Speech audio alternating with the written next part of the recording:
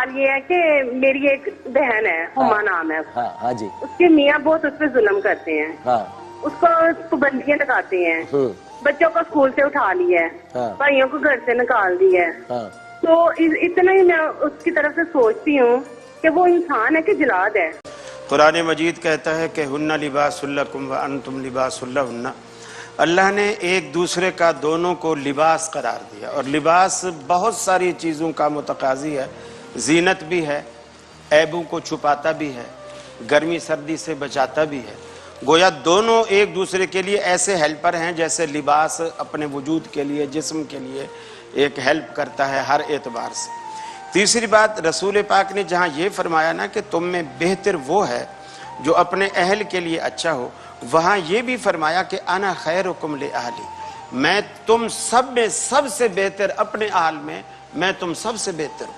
गोया हमारे लिए रसूल अकरम की ज़ात अक़दस एक मिसाल है, एक नमूना है, और हम उनकी मिसाल पेश कर नहीं सकते। आप तो बीवी को मारने की बात तो दूर की बात है डॉक्टर साहब।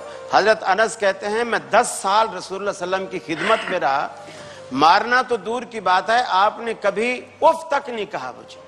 हत्ता कि एक दिन फरमाते हैं मैं आपके वुजू के लिए पानी लाया और मेरे हाथ से वो मिट्टी का बर्तन था, वो गिर गया, और जैसे गिरा वो टूट के छींटे भी इधर उधर हुए, मैं सहम गया।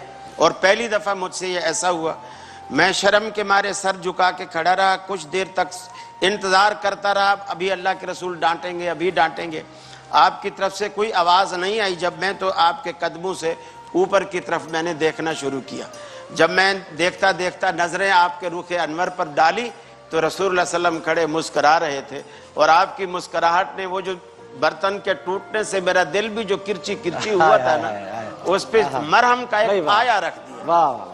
तो अल्लाह के रसूल का अंदाज ऐसा था नौकरों के साथ, घर वालों के साथ, जाए कि आदमी इस तरह, जैसा कि उन्होंने तर्जुमा किया कि जल्लाद बन के जिंदगी गुजारे, वैसे इस तरह की बातें जो होती हैं डॉक्टर साहब शादी से पहले सोचनी चाहिए।